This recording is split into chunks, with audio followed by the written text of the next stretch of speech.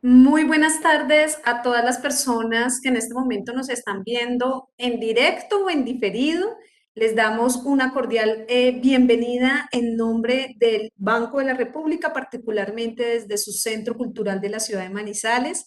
Estamos muy agradecidos con ustedes por tomarse su tiempo y participar de este espacio que se enmarca en una exposición de obras originales del Banco de la República denominada El tigre no es como lo pintan. Esta exposición fue curada por parte del equipo de la Unidad de Artes del Banco de la República hace unos años y muy a propósito de la conmemoración del bicentenario de nuestra nación. Por cuestiones de pandemia, la exposición, digamos, llega a Manizales hasta el 2022.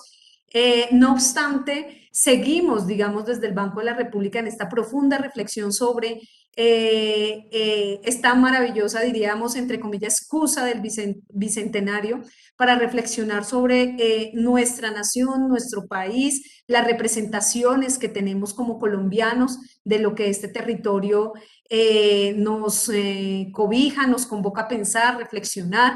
Es para nosotros muy importante que desde una región como Caldas participemos de este tipo de discusiones, de debates, de diálogos, donde pongamos en escena cómo se ha venido configurando este proceso de nación o naciones, como algunos han denominado.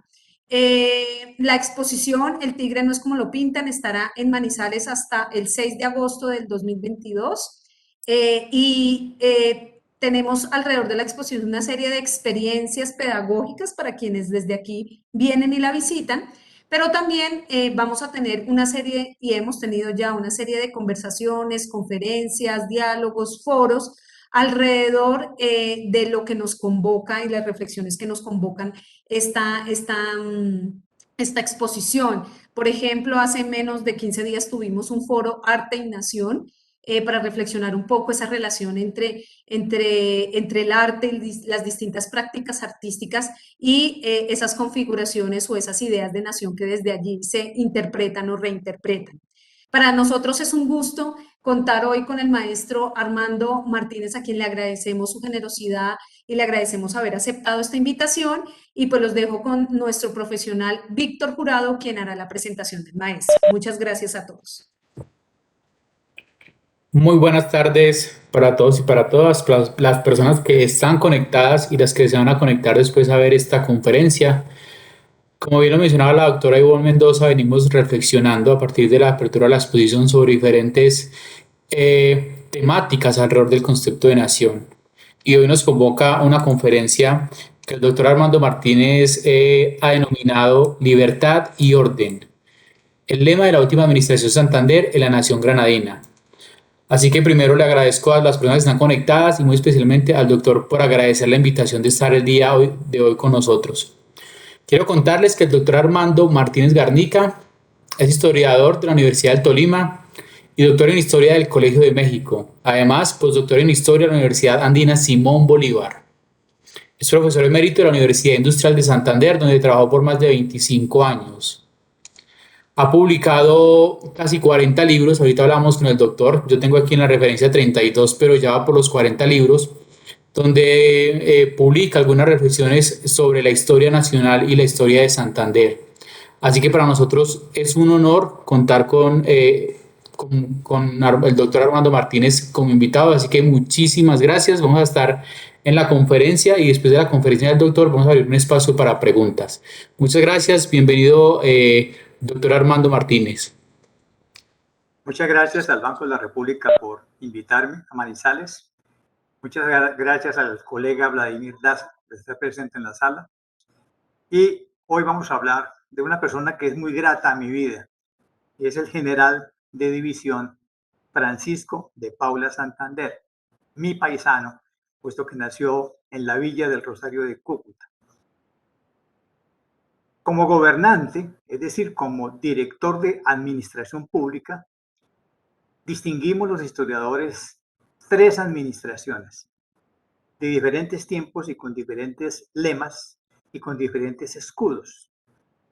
Esas tres administraciones fueron, la primera, la administración del Estado de Cundinamarca, pero para ser más exactos, del departamento de Cundinamarca, en la naciente República de Colombia, antes de la constitución de Villa Rosario. Esa administración fue del 21 de septiembre de 1819 al 21 de septiembre de 1821, es decir, 2 años. Y el lema fue el lema que tenía el escudo del departamento de Cundinamarca, que era un águila rampante, que tenía en una pata la granada, rememorando el nombre de Nueva Granada, o la Nueva Granada en ese momento, y en la otra una espada.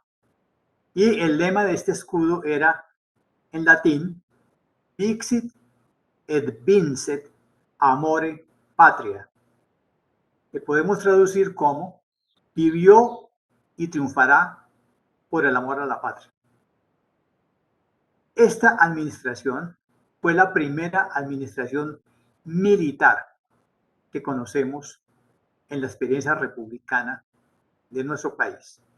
Y fue absolutamente un gobierno militar porque la tarea fundamental de la agenda pública que se la dio Bolívar a Santander era libertar al país de la dominación española a toda costa.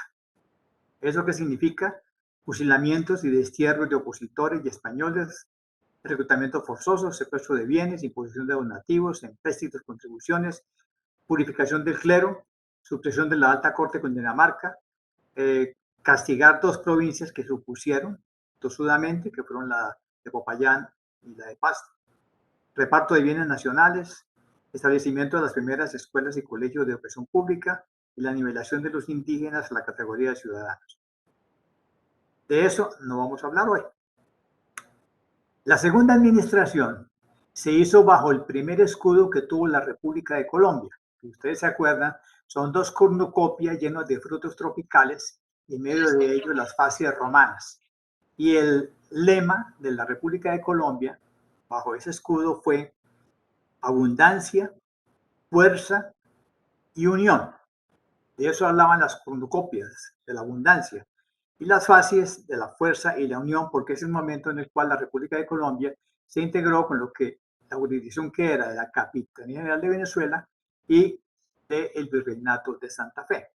Y esa administración la llevó Santander entre el 8 de octubre de 1821 y hasta el día que renunció, el 10 de septiembre de 1827. De esa administración tampoco vamos a hablar hoy, porque hoy lo vamos a dedicar a la tercera y última administración, que es la administración del Estado de la Nueva Granada. Él fue el primer presidente del Estado de la Nueva Granada entre el 7 de octubre de 1832, cuando regresó de Europa, y el 1 de abril de 1837, cuando fue reemplazado por su compañero de estudios de Ramiriquí, el doctor José Ignacio de Márquez. El escudo de la Nueva Granada llevó el mismo lema que hoy tiene la República de Colombia en su escudo: libertad y orden. Por lo tanto, esta última administración está bajo el signo de libertad y orden. Y entonces esta sí es la que hoy vamos a examinar. Es decir, la última administración Santander bajo el eslogan libertad y orden. En 1833, cuando el presidente Santander habló ante las cámaras legislativas, dijo lo siguiente: la historia de Colombia y de los demás estados americanos me persuadió de que la primera necesidad de la Nueva Granada era reposo y orden bajo el poder de las leyes constitucionales. A ellos consagré mi preferente atención, sacrificándoles gustoso toda otra popularidad que pudiera haberme granjeado distinta conducta. El reposo y el orden acompañados de la justicia y de la legalidad, debían aniquilar el despotismo y la anarquía y fundar el honor y el crédito de la Nueva Granada sobre el reposo y el orden que debía ser fomentado y extendido por la instrucción pública, por la protección de la agricultura, por el avivamiento del comercio, por el estímulo de la industria, por la regularización de los recaudos y la administración de las rentas, y por el administramiento de las leyes y el gozo al fin de verdadera libertad. Este es el programa administrativo de la última administración, que se caracteriza por ser totalmente constitucional, pero hecho por un hombre que ya había acumulado una gran experiencia administrativa y vital, dado que se da después de 4 años de exilio en diversos países de Europa. Entonces voy a hablar un poco de las tareas de la agenda pública bajo el eslogan de libertad y orden en esta administración. Lo primero que hizo el presidente fue organizar en todas las provincias que se adscribieron al Estado de la Nueva Granada, que fueron 19, organizar la publicación y la jura de la Constitución de la Nueva Granada. Es decir, teníamos una nueva Constitución ya sin las jurisdicciones de la República de Colombia, que se formó a finales de 1829, y la República del Ecuador, que se fue el 13 de mayo de 1830. Esa nueva Constitución exigía que en todas las parroquias, en todas las ciudades, se organizara una lectura de la Carta Fundamental y una jura de la Constitución. Fue lo primero que hizo este presidente. En segundo lugar, él tuvo que enfrentar lo que había ocurrido durante la dictadura de Rafael Urdaneta, que fue la última etapa de la República de Colombia. Tenía que consolidar la integración de las provincias que por el principio uti possidetis pertenecían a la República de Colombia. Y había ocurrido que durante la dictadura de Rafael Urdaneta, como medida de protección, 2 provincias habían solicitado agregarse a los estados vecinos.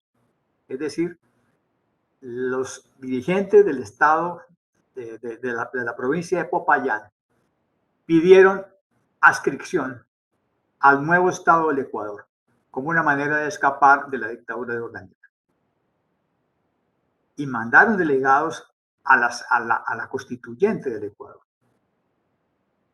Pero también ocurrió que los hombres del Casanare pidieron adscripción a la República de Venezuela.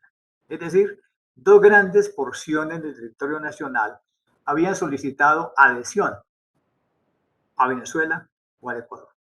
Así que la primera tarea de este presidente fue negociar la reincorporación de esas provincias. Fue muy fácil en el caso del Casanare, porque Venezuela no lo recibió por respeto al principio uti possidetis, y porque con el regreso de Santander, cuando Pomuceno Moreno y todos los generales que habían estado bajo su mando en los tiempos de la campaña libertadora, regresaron con muy buen gusto a la Nueva Granada. Pero en la provincia del Cauca, de Popayán, fue más difícil porque la élite estaba dividida en opciones. Pero Santander contaba ya con 2 generales de la República que toda la vida le fueron fieles: José María Obando y José Hilario López. Y ellos enfrentaron las pretensiones del presidente Juan José Flores del Ecuador y reincorporaron con la fuerza la provincia de Pasto, la provincia de Popayán, Tumaco y Buenaventura. Con lo cual hizo esa tarea urgente, que era la integración de las provincias que le correspondían por uti possidetis iuris. La segunda tarea importante de Santander era prometer que respetaría los compromisos internacionales que habían sido tomados por la República de Colombia, que se había extinguido, pero a los cuales le cabía responsabilidad en parte a la Nueva Granada. Estoy hablando de la deuda colombiana. El presidente Santander claramente le dijo a la clase política internacional que estaba acreditada en Bogotá, es decir, Holanda, Estados Unidos, Inglaterra. Les dijo, somos deudores y vamos a pagar los empréstitos ingleses tomados en la década anterior. Pero lo haremos con un reparto entre las tres entidades que nacieron tras la disolución de la República de Colombia. Vamos a hacer una reunión de plenipotenciarios en Bogotá y nos vamos a repartir la deuda con algún criterio. Había dos criterios de hacerlo. El criterio demográfico o el criterio de proporcionalidad de acuerdo al gasto, como se había gastado la deuda. Finalmente se impuso lo más fácil, que era de acuerdo a la población, aunque a muchos políticos de la época no les gustó, porque la Nueva Granada tuvo que pagar el 50% de la deuda colombiana que no se había comido, porque realmente se había gastado mucho más en Venezuela y en la guerra en Perú y en una flota naval inútil que se compró en Cartagena por Mariano Montilla. Entonces, él tranquilizó a los amigos de Colombia diciéndoles, vamos a pagar. No sabemos cuándo, pero vamos a pagarles después de que hagamos una división. Pero una cosa interesante de la política exterior que tuvo la Misión Santander es que Santander prometió defender el honor de la nación ante lo que ocurriera en el exterior. Y a este gobierno le tocaron dos incidentes diplomáticos tan graves que produjeron bloqueos navales en Cartagena y en Panamá. Fueron los incidentes con dos cónsules. El primer incidente ocurrió el 20 de julio de 1833, que fue el incidente con el cónsul francés Adolphe Barrot. Y fue un incidente que provocaron las autoridades locales, que en una disputa entre el cónsul francés y un alcalde local, terminó el alcalde encarcelándolo, y aunque luego fue soltado, él se fue al exterior. Es un gran escándalo y la flota francesa vino a bloquear Panamá. Fue un incidente en el cual estaba comprometido el honor nacional. Y Santander tuvo que manejarlo y lo manejó bien, porque finalmente el bloqueo fue retirado y hasta donde pudo hizo una satisfacción al gobierno francés. El segundo incidente fue con el procónsul británico en Panamá, José Russell, y ocurrió el 20 de enero de 1836. También fue culpa de autoridades locales panameñas que le dieron un palo por la espalda, por la cabeza, al procónsul, en medio de una disputa que él tenía con un panameño, amigo, pero que luego se han vuelto enemigos. Una autoridad le dio un palazo por la cabeza y luego lo tomaron prisionero, y fuera de eso, la milicia panameña tomó control del archivo diplomático. Eso sí era mucho más grave. Y además estaba de por medio la política ya imperialista del gobierno británico. Este pleito fue más complicado de resolver porque las exigencias del gobierno de Gran Bretaña eran lesivas al honor nacional, a pesar de que había sido un incidente, digamos, de policía ocurrido en el Istmo de Panamá, que era un departamento de Colombia. Pero Santander, con la ayuda del José Hilario López, lograron en alguna manera manipular el Tribunal de Justicia del Magdalena para que anulara la acción de los jueces primarios. Es decir, lo hizo mediante una operación legal dentro de la Constitución a través del Tribunal del Magdalena, que borró lo que habían hecho las autoridades locales en contra de Russell, y lograron resolver y salir airoso de los dos conflictos que tuvo Colombia con bloqueo naval. Hay un incidente menor que no ha sido muy bien estudiado, que tiene que ver con el oficial Robert Hahn, que, si ustedes recuerdan, es el oficial que de un sablazo remató en su lecho de enfermo y herido a el general José María Córdoba. Él fue capturado, enjuiciado, y el tribunal que lo juzgó por haber matado indefenso al general Córdoba le dio pena de muerte. Cuando Santander regresó de Europa, él le prometió al diplomático británico que mientras él viviera no toleraría que le fuera aplicada la pena de muerte a Robert Hahn, oficial de la Legión Británica, porque sabía el problema político internacional que eso representaría. Pero él no controlaba el Poder Judicial y el tribunal que le dio pena de muerte. Pero él prometió que él no permitiría que fuera justiciado. Eso se resolvió de una manera que no ha sido muy bien estudiada.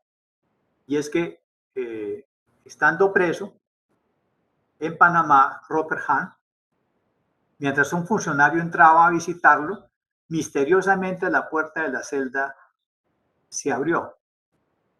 Y sin que nadie se diera cuenta, cambió Robert Hahn de trajes y salió por la puerta, como si hubiera sido el visitante que entró, donde lo esperaba una goleta francesa que lo llevó directamente a las Antillas.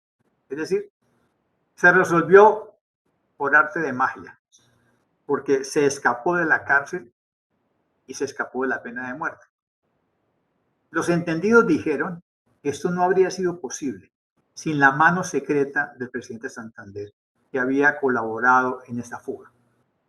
Pero en conclusión, la política internacional la manejó Santander y salió airoso de 3 compromisos políticos muy graves. El siguiente punto tiene que ver con lo que Santander ya había hecho cuando fue presidente de Colombia, que era dirigir la instrucción pública. Eso ya lo había desarrollado él durante la década colombiana y ahora lo hace con más conocimiento del problema de la instrucción pública. Él divide el país en 3 distritos universitarios, cada uno encabezado por una universidad, y le subordina tanto los colegios provinciales como las escuelas públicas. Pero él, gracias a su viaje por los Estados Unidos, logró que algunos norteamericanos le donaran al país pizarras, tices y cartillas. De modo que él pudo enviarle, y lo he visto en la documentación, a cada gobernador suficientes cartillas, gises, mapas y material que llegó a todas las escuelas de la República. Y lo sé porque cada gobernador informaba cómo se han repartido. Y en algunos museos del país todavía tenemos esas pizarras y esos gises norteamericanos que fueron importados y pagados por esta administración.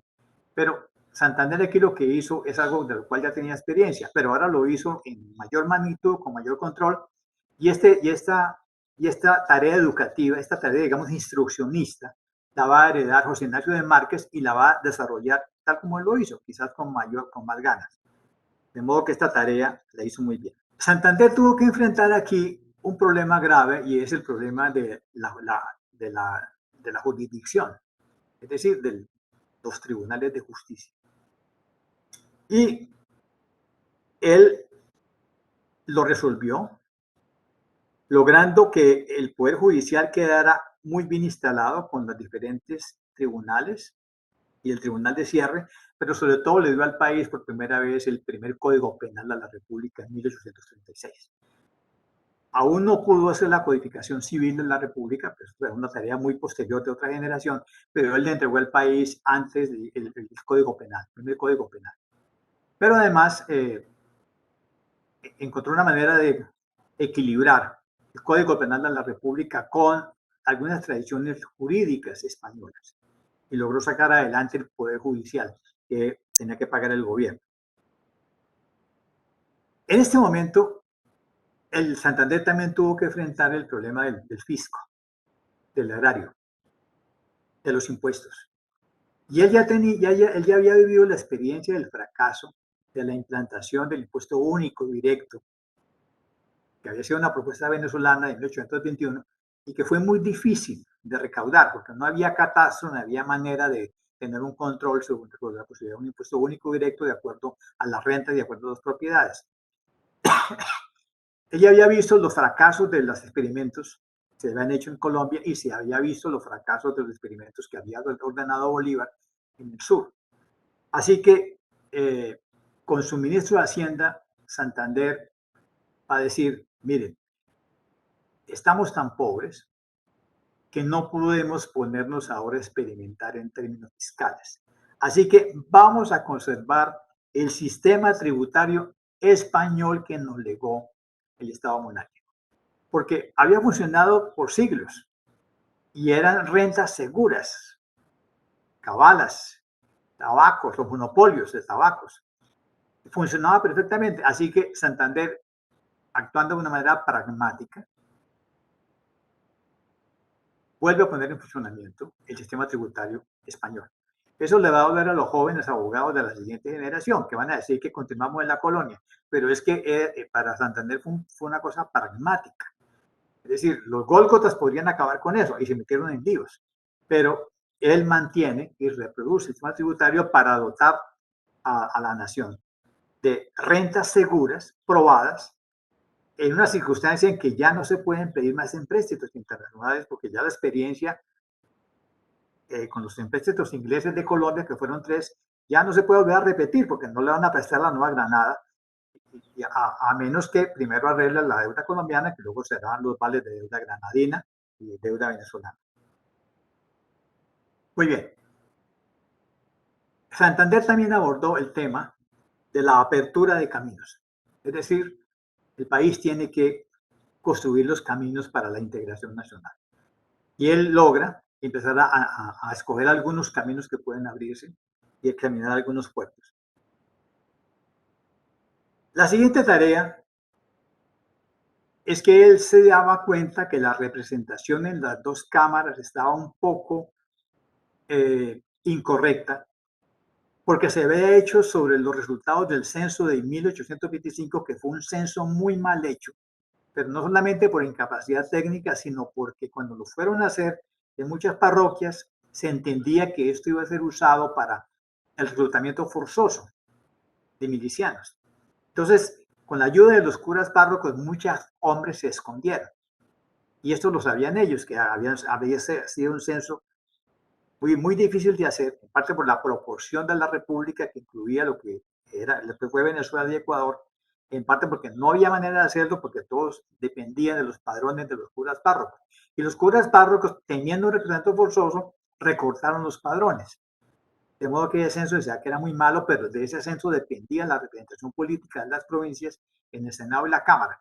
Así que Santander dijo, esto hay que ponerlo en orden, y ordenó en 1835 el segundo censo nacional. Y ese censo se hizo mucho mejor.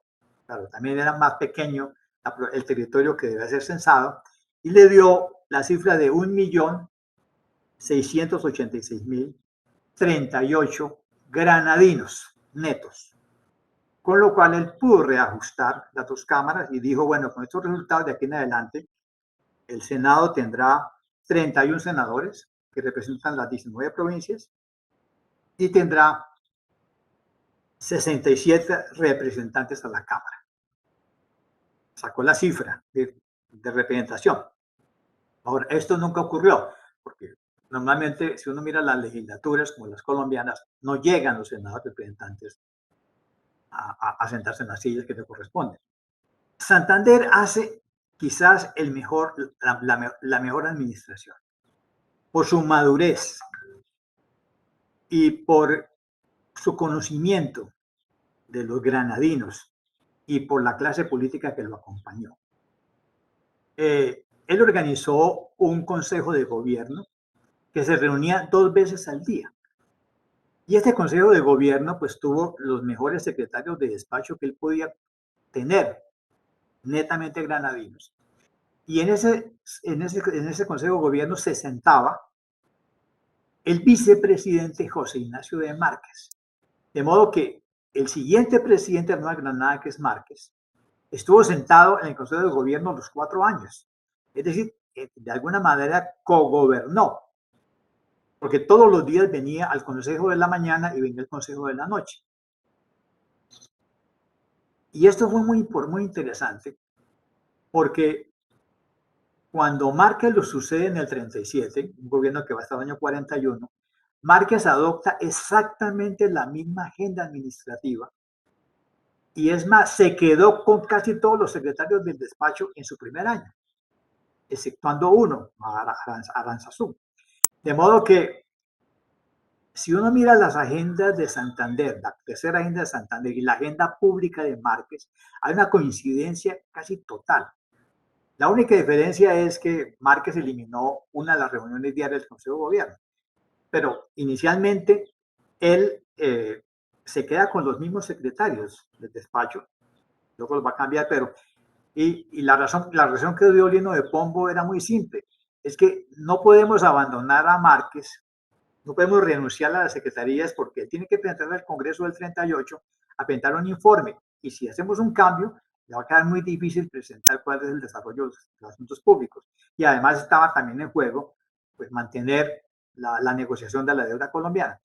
Es decir, ¿por qué le digo que hay esa continuidad entre la administración Márquez y la administración Santander? Porque algunos historiadores ideológicos han dicho que de estas dos administraciones surgen dos tendencias, los gobiernos liberales y los gobiernos conservadores. Es decir, a Márquez lo ponen como el pionero del Partido Conservador y a Santander como el pionero del Partido Liberal. Pero esto no es cierto si uno mira los dos gobiernos y las agendas y el personal político, mucho antes de que se pensara en un partido conservador que será un fenómeno ya del 46, 47, mucho más tardío. Santander recalca mucho en que para que haya orden y reposo, pero conservando la libertad, es necesario lograr una subordinación del ejército a la administración, al ejecutivo.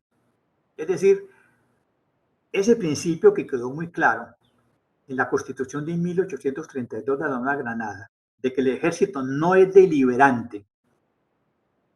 En su momento los constituyentes lo proclamaron para evitar lo que había pasado en Colombia, el excesivo peso de intervención de los militares venezolanos. Entonces aquí se insistió mucho que el ejército es esencialmente obediente. Y Santander en su gobierno dijo, este es el principio de la Constitución y yo lo voy a hacer respetar. Aquí en la Nueva Granada los militares son esencialmente obedientes. Y yo me voy a encargar de eso porque yo soy general de todos ustedes y ustedes me van a obedecer porque yo represento al Ejecutivo. Es decir, no voy a tolerar indisciplina militar. Por eso, algunos lo critican por haberle dado muerto a Sardá.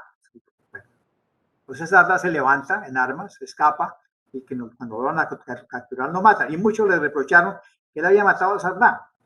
Él dice, yo no lo maté. En segundo lugar, esto es un buen ejemplo para que los militares entiendan que nunca pueden levantarse contra el Ejecutivo y tienen que ser esencialmente obedientes.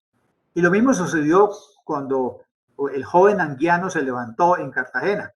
Le decían lo mismo, pero perdónenlo, es un muchacho. No, señor, aquí el militar que se levanta en armas la paga. Y no le tembló la mano para mandar fusilar al joven Anguiano, a pesar de que la oposición lo usó mucho para combatir. Es decir, a Santander le debemos una tradición muy granadina de la obediencia debida y total del ejército al ejecutivo, que es un debate que hemos tenido en las últimas semanas por unas declaraciones imprudentes del general Zapateiro. Le volvieron a recordar, qué pena, pero en la tradición granadina aquí los militares se quedan callados, simplemente obedecen a quien esté al frente del ejecutivo. El gobierno, la administración Santander, que va del 32 al 37, fue una gran administración porque consolidó las tradiciones liberales moderadas que traen de Colombia. Yo puedo caracterizar a Santander como un liberal, pero un liberal moderado. ¿Por qué? Porque a él la experiencia de la Cosiata de 1826 le había enseñado que hay que actuar con respeto a las libertades públicas, pero debe haber autoridad estatal y orden. Eso se le enseñó a él la Cosiata, que fue un levantamiento del general Páez contra el Congreso de la República porque no vino a responder por un cargo por lo cual se le iba a juzgar. Entonces, Santander siempre repite eso. Yo respeto las libertades públicas, las libertades que da la Constitución, pero aquí obedecen. Tiene que haber orden, autoridad estatal. Por eso lo caracterizo como un liberal moderado, porque en esta década hay un debate político en el Congreso que hace que uno identifique dos bancadas. Uno que llamamos los liberales moderados, es decir, los respetuosos de la Constitución y la autoridad y del orden, y otros que llamaban los liberales enardecidos, que son aquellos que quieren pasar por encima de la Constitución y ir muy lejos. Pues Márquez y Santander para mí son liberales moderados. Ellos lo llamaban liberales exaltados. Santander no es un liberal exaltado. Y la mejor prueba la dio en uno de los incidentes más polémicos de su vida, y fue el apoyo que le dio a la candidatura del general José María Obando. Santander no tenía autoridad para tomar partido público por la candidatura de Obando en 1836-37, ni apoyarlo abiertamente en contra de su amigo y compañero de armas Márquez. Afortunadamente, Márquez ganó la elección, porque si no se hubiera consolidado una tradición que el presidente saliente impone al siguiente, que es lo que en México llaman el dedazo, cada sexenio. Y cuando finalmente José María Obando llegó a ser presidente, en el 53, el presidente del Congreso le dijo: qué bueno que haya llegado a ser presidente, pero qué bueno que haya llegado porque se lo ganó con la votación y no porque lo impuso el anterior. Entonces, eso se lo reprocha mucho a Santander, pero afortunadamente, históricamente, resultó correcto. Es decir, el presidente que se va no determina de ninguna manera el presidente que entra, sino solamente los electores. Pese a esa falta de Santander, y pese a la mala propaganda que algunos publicistas le hicieron, sobre todo aquel que firmó bajo el seudónimo de los 50, ya todos sabemos quién es, pese a la oposición tan brutal, Santander se dio por satisfecho de que este había sido su mejor administración. Y Márquez le encomendó una tarea cuando él salió del gobierno. Le dijo: pues te va a seguir en el Congreso, representante en la Cámara por Bogotá, pero te encargo que por su experiencia administrativa, militar y política le haga a la Nueva Granada el primer código militar. Y Santander, en su hacienda de Tena, bajo la Ruana, escribió el primer código militar de la Nueva Granada, que fue su último aporte importante a la organización administrativa de Colombia. Ese código finalmente fue publicado por las fuerzas militares y sabemos lo que él pensaba de cómo debe ser un ejército moderno en el tiempo que lo hizo, en el 38. Bueno, y finalmente, como le cantan en la Cámara, él muere, como todos saben, en 1840 de un problema renal, un cálculo renal que inclusive lo han conservado en los museos. Para cerrar y agradecerles que me hayan seguido en esta corta presentación de la última administración Santander, quiero decirles que el lema libertad y orden nos acompaña hasta el día de hoy en el escudo nacional de Colombia. Es decir, que aún estamos bajo la necesidad que él nos planteó de que necesitamos libertad, pero también reposo, orden. Eso es lo que los colombianos seguimos esperando hasta el día de hoy. Todas las libertades, pero también orden, reposo, tranquilidad. Muchas gracias y quedo abierto a sus preguntas. Bueno, no, entonces, maestro Armando, es agradecerle a usted por su tiempo y por la conferencia que nos ha regalado, también a todas las personas que están conectadas a través del Webex y a las que están viendo la conferencia a través del canal de YouTube. Maestro, muchas gracias por su tiempo y muchas gracias por estar con nosotros el día de hoy. Gracias a ustedes por la compañía y les deseo una feliz tarde.